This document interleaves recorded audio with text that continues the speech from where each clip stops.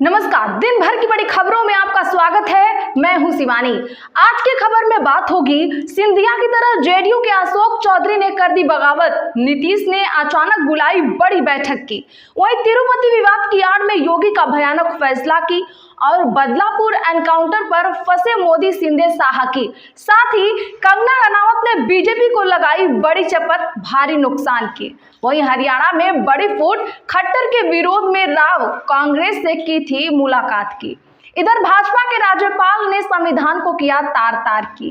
इसी के साथ आज दिन भर की सभी बड़ी और प्रमुख खबरों को जानेंगे विस्तार से, लेकिन उससे पहले एक नजर सुर्खियों पर।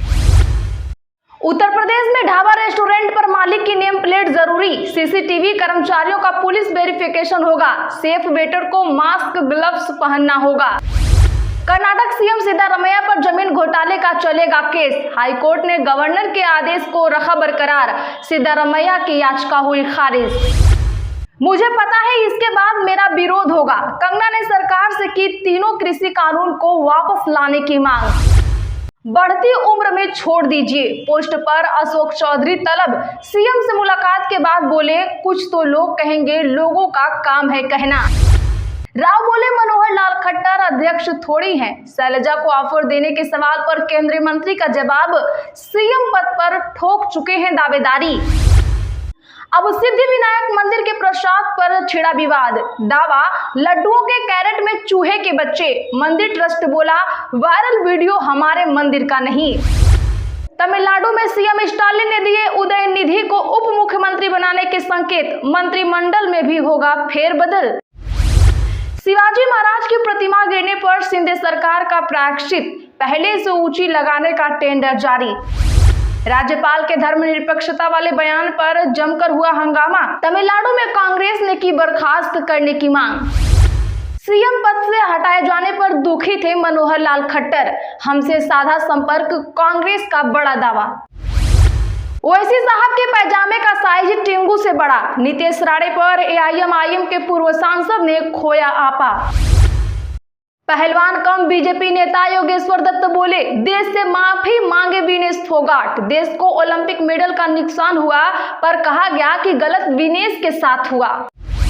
सुप्रीम कोर्ट ने एनआरआई कोटे का दायरा बढ़ाने वाला नोटिफिकेशन किया रद्द, भगवंत मान सरकार को लगाई फटकार।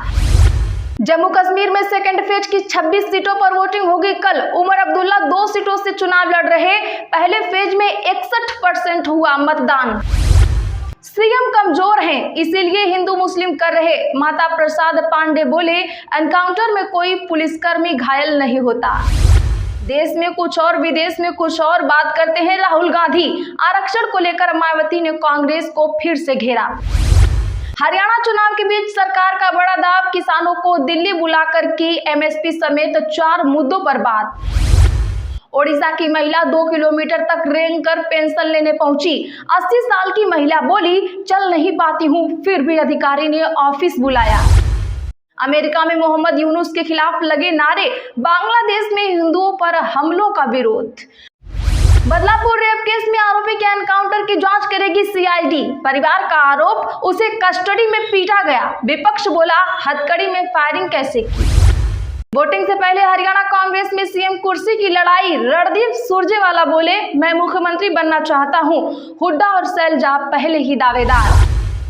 मोदी 32 दिन में दूसरी बार जेलेंस्की से मिले, कहा जंग रोकने पर दूसरे नेताओं से बात करता हूं, जल्द सीज फायर का निकालें रास्ता।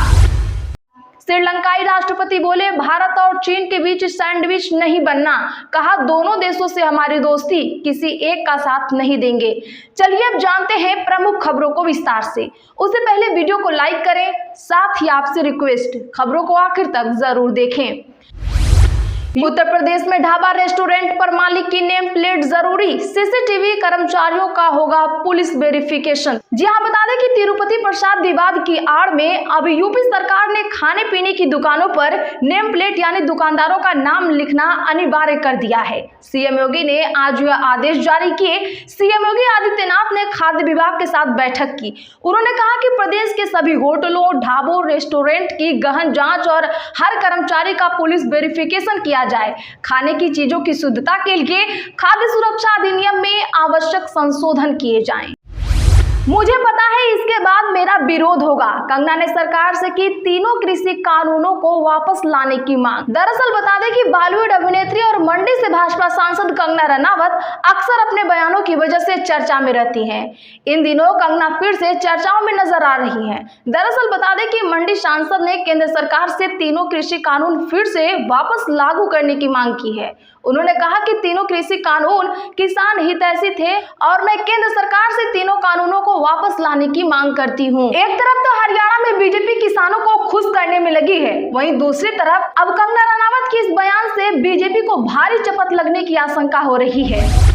बढ़ती उम्र में छोड़ दीजिए, पोस्ट पर अशोक चौधरी तलब। सीएम से मुलाकात के बाद बोले, कुछ तो लोग कहेंगे, लोगों का काम है कहना। दरअसल बता दें कि जेडीयू के भीतर सब कुछ सही नहीं चल रहा है। आपको बता दें कि एक बार फिर से पार्टी का मतभेद खुलकर जमीन पर आ गया है। सीएम नीतीश के करीबी और सरकार में मंत्री अशोक चौधरी के एक्स पर किए एक पोस्ट के बाद बवाल हो गया है। इस पोस्ट में उन्होंने बिना किसी का नाम लिए एक कविता शेयर की है। इसकी पहली पंक्ति है कि बढ़ती उम्र में इन्हें छोड़ दीजिए।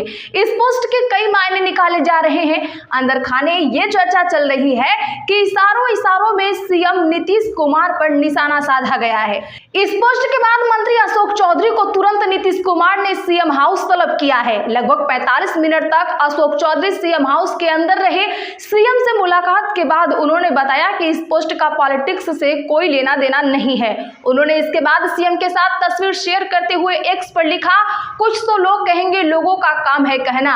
वहीं अशोक चौधरी के पोस्ट पर आरजेडी प्रवक्ता मृत्युंजय तिवारी ने कहा है कि जेडीयू के अंदर खेल शुरू हो गया है, विद्रोह की स्थिति हो गई है। मंत्री अशोक चौधरी के पोस्ट से जेडीयू के अंदर घमासान हो गया है। मंत्री अशोक चौधरी को सीएम हाउस तलब करना पड़ा। ये तो अभी ट्रेलर दिखा है, पूरी पिक्चर तो बाकी है।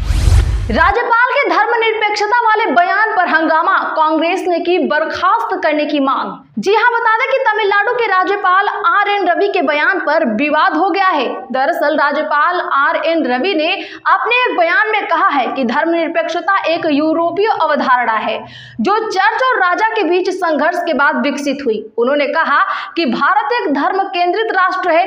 राज्यपाल के इस बयान का विरोध शुरू हो गया है। कांग्रेस ने राज्यपाल को बर्खास्त करने की मांग की है।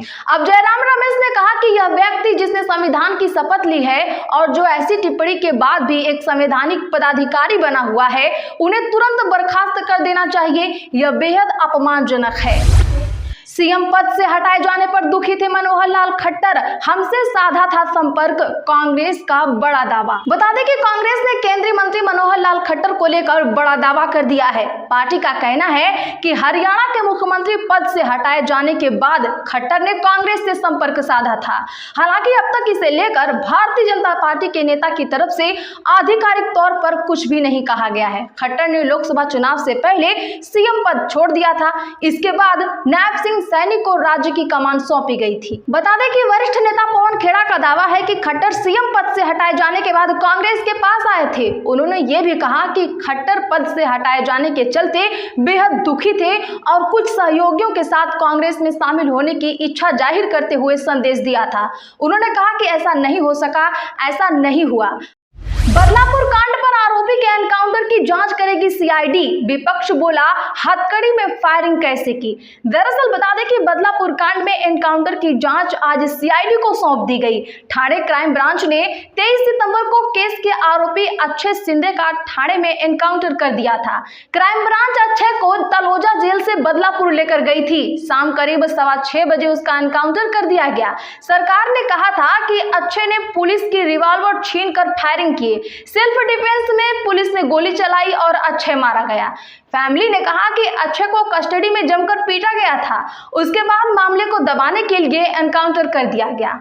उसका शव भी नहीं देखने दिया गया। वहीं विपक्ष ने एनकाउंटर पर सवाल किया, अक्षय हथकड़ी में था, वो फायरिंग कैसे कर सकता है।